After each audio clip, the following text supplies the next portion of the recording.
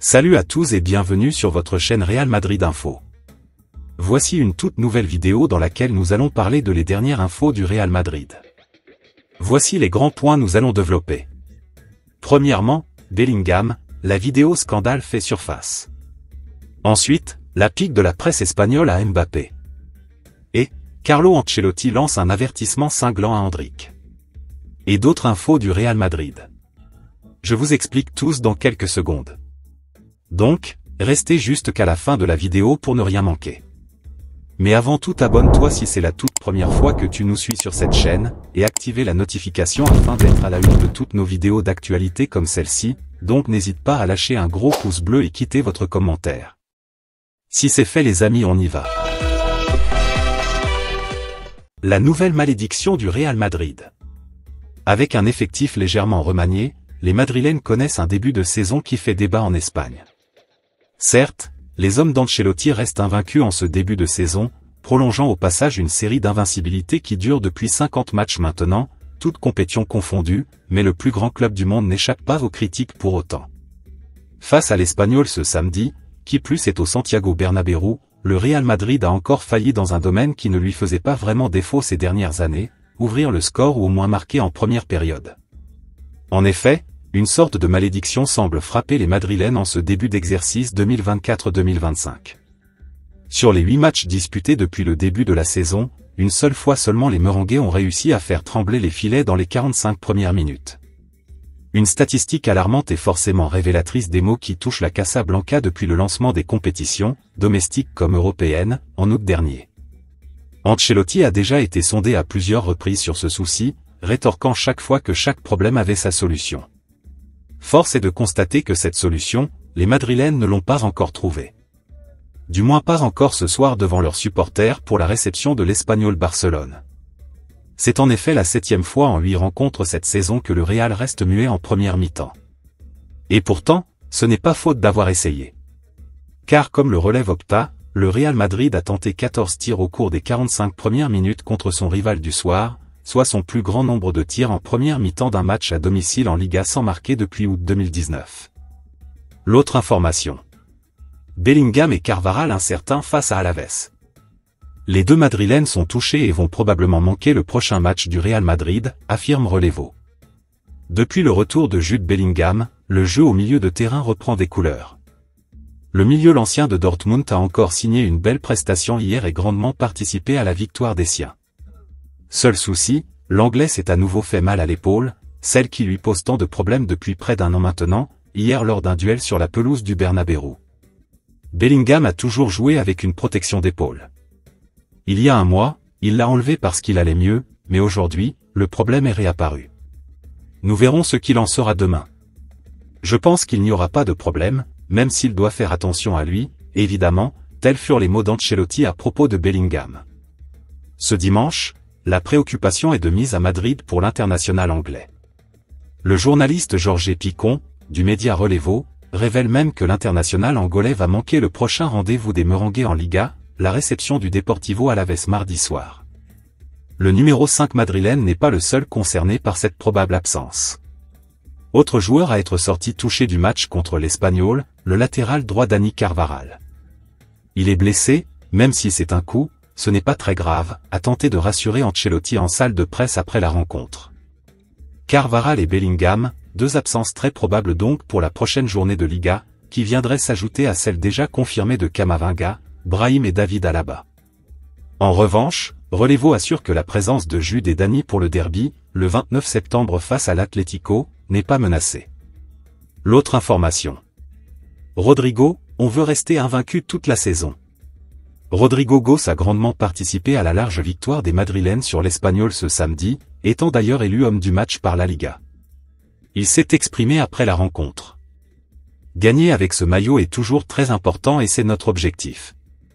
C'était un match difficile.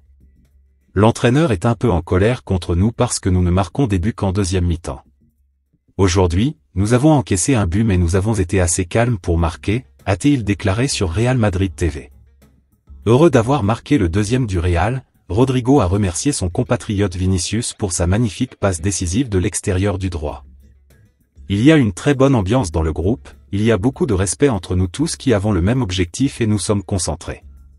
La passe décisive de Vini était spectaculaire, à la Luka Modric. Il est de plus en plus doué avec cette passe et je le remercie pour sa passe décisive. Il s'est aussi évalué personnellement, affirmant se sentir au mieux de sa forme. Je me sens très bien. La saison ne fait que commencer et, sur le plan personnel, je me sens bien physiquement et mentalement, ce qui est le plus important. Je suis toujours prêt à aider l'équipe. Aussi, le Brésilien a reconnu qu'Ancelotti commençait à sérieusement s'agacer que ses joueurs ne marquent pas dans les premières périodes. Mais le coach a dit dans son discours d'avant-match que nous avions été très mauvais en première mi-temps lors des matchs précédents. Nous n'avons marqué que contre Majorque lors du premier match de la Liga, avoue-t-il. Le Real Madrid reste sur une série de 38 matchs consécutifs sans défaite en Liga et Rodrigo affirme vouloir poursuivre cette série, voire même rester invaincu toute la saison. C'est plus difficile qu'il n'y paraît, il y a beaucoup de matchs, mais nous voulons aller beaucoup plus loin et passer toute la saison sans perdre. Nous allons essayer, a conclu le Brésilien. L'autre information. Bellingham, la vidéo scandale fait surface. Le comportement de l'international anglais sur la pelouse du Bernabéu ce samedi aurait pu avoir de très lourdes conséquences. Il ne se passe pas une journée de Liga sans que l'arbitrage fasse polémique quand le Real Madrid est sur la pelouse. Hier encore, de nombreuses situations ont beaucoup fait parler en Espagne, comme par exemple ce pénalty accordé pour une faute sur Endrick, alors que le Brésilien se trouvait clairement en dehors de la surface. Parmi les autres polémiques du soir, ces 3 cartons jaunes adressés aux joueurs du Real pour avoir protesté des décisions de l'homme au sifflet. Mbappé, Vinicius et Bellingham ont en effet tous eu le droit aux réprimandes de l'arbitre central, chaque fois assorti d'un carton jaune, pour avoir chacun exprimé leur mécontentement. Dans le cas de Jude Bellingham, ce dernier a été averti après avoir protesté et reproché à Manuela Montero de ne pas avoir signalé une faute prétendument commise par un joueur de l'Espagnol. Immédiatement après avoir reçu le carton, les caméras ont capté les images du Madrilène, s'adressant en anglais à l'arbitre, d'un simple et clair « tu es une merde ». Il faut dire que les altercations entre le corps arbitral et Jude Bellingham ne datent pas d'hier. Dès son arrivée en Espagne, l'anglais s'est retrouvé dans le collimateur des arbitres espagnols. On se souvient par exemple que Gil Manzano avait expulsé l'anglais à Mestalla en toute fin de match, pour avoir protesté, dans sa langue natale une fois encore, ce qui lui avait valu d'être écarté des terrains pour 2 matchs. Cette fois en revanche, le 5 madrilène échappera à toute sanction malgré cette petite phrase franchement très limite. Par chance pour le joueur, l'arbitre hier n'ayant pas relevé dans son rapport l'insulte subie, car ne l'ayant certainement pas entendu, aucune suite n'aura lieu. Les plaintes de la CTA Commission technique des arbitres sont en effet généralement déposées lorsque les affirmations apparaissent dans une déclaration sur le terrain ou lors d'une conférence de presse. S'il s'agit de quelque chose qui se produit au milieu d'un match et qui n'est pas entendu par l'arbitre, ça en reste là et aucune action n'est entreprise. Jude Bellingham ne sera donc pas sanctionné pour cette insulte qui aurait pu lui valoir entre 2 ou 3 matchs de suspension, mais nul doute qu'il sera surveillé de près par le corps arbitral lors des prochaines rencontres. Corps arbitral qui a évidemment eu vent par les médias de cette petite insulte passée entre les gouttes, pour cette fois. L'autre information. La pique de la presse espagnole à Mbappé. Bien que Kylian Mbappé ait une nouvelle fois marqué sur penalty, la presse espagnole n'épargne pas l'attaquant du Real Madrid. Le Real Madrid s'est imposé devant son public du Santiago Bernabéu ce samedi soir face à l'Espagnol Barcelone 4-1. Pourtant, ce sont les promus qui ont ouvert la marque avec notamment un but contre son camp de Thibaut Courtois. Une boulette qui a permis au protégé de Carlo Ancelotti de se réveiller surtout grâce au trio offensif Rodrigo, Vinicius, Mbappé. D'ailleurs, le capitaine de l'équipe de France a une nouvelle fois marqué sur penalty. Mais la presse espagnole lui a tout de même adressé un petit tacle. De l'autre côté des Pyrénées, les avis divergent sur la performance de Kylian Mbappé.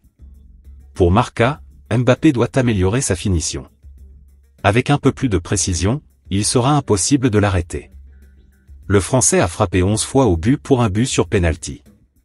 Le Mundo Deportivo se montre encore plus sévère en affirmant que ce n'était pas son soir. Un avis que ne partage pas As qui estime que l'ancien du Paris Saint-Germain est sur la bonne voie, un joueur qui essaie et essaie encore. Kylian Mbappé doit donc poursuivre ses efforts pour se montrer encore plus décisif qu'il ne l'est déjà. L'autre information. Carlo Ancelotti lance un avertissement cinglant à Endrick. Endrick au Real Madrid, entre espoir et patience dans l'ombre des stars. Depuis son arrivée au Real Madrid, le jeune prodige brésilien Endrick, âgé de seulement 18 ans, a su capter l'attention à chaque apparition. Bien que ses performances soient remarquées, notamment lors du dernier match contre l'Espagnol Barcelone 4-1, il n'a toujours pas obtenu de titularisation en Liga sous les ordres de Carlo Ancelotti. Un choix délibéré du technicien italien, qui gère avec prudence l'intégration de ce talent prometteur dans un effectif déjà bien fourni en attaque. Endrick a été lancé à la 84e minute de jeu, remplaçant Rodrigo, et s'est immédiatement illustré en provoquant un penalty converti par Kylian Mbappé. Ces quelques minutes de jeu ajoutées à son compteur ne semblent pas refléter ses qualités, mais Ancelotti persiste dans sa stratégie de patience. La raison principale de cette gestion prudente réside dans la concurrence acharnée à laquelle Endrick doit faire face. Avec des attaquants de classe mondiale comme Mbappé, Vinicius Junior et Rodrigo, il est difficile pour un jeune joueur de s'imposer rapidement. Même Carlo Ancelotti reconnaît l'injustice apparente de la situation, ça dépend de comment on le voit. D'une part, cela peut sembler injuste, car il s'entraîne très bien, il est très sérieux et il a beaucoup de qualités. D'autre part, il doit faire face à Rodrigo, Mbappé et Vinicius. Je pense donc qu'il est nécessaire pour lui d'être un peu patient. En 6 apparitions cette saison, Endrick ne totalise que 26 minutes de jeu, mais a tout de même réussi à inscrire 2 buts et à délivrer une passe décisive. Ce bilan impressionnant compte tenu de son faible temps de jeu montre bien que le jeune Brésilien possède un potentiel exceptionnel, qui pourrait, à terme, lui permettre de gravir les échelons dans la hiérarchie des attaquants madrilènes.